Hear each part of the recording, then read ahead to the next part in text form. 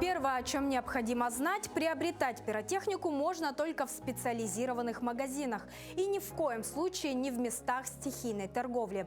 Покупая изделия, не забудьте проверить сертификаты и декларации соответствия, а также их маркировку единым знаком обращения продукции на рынке.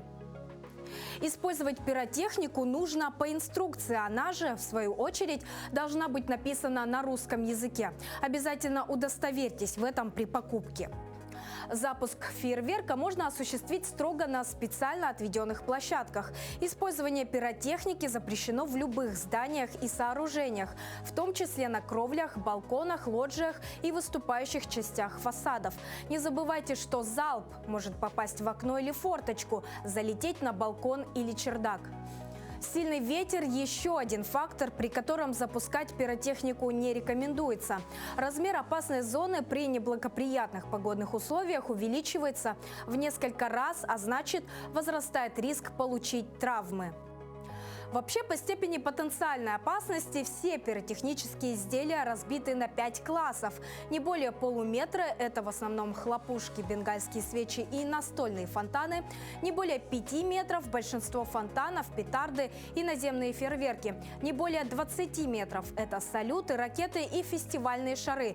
И более 20 метров – это уже профессиональные фейерверки, обращение с которыми требует специальной подготовки.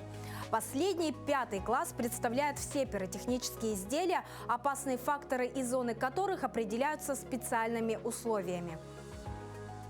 Несоблюдение правил безопасности грозит наложением штрафов.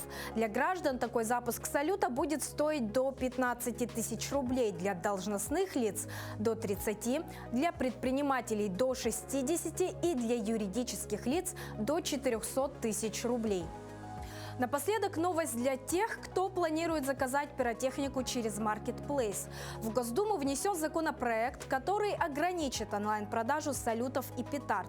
Разработку документа депутаты объяснили тем, что эта зона торговли практически не контролируется государством. Последствия такой вседозволенности россияне видят каждый год, отмечают народные избранники. По данным МЧС, в 2024 году в стране произошло 109 пожаров из-за пиротехники. Погибли 3 человека, еще 20 пострадали. Причем в большинстве случаев к печальному итогу привели несоблюдение техники безопасности и использование несертифицированных изделий.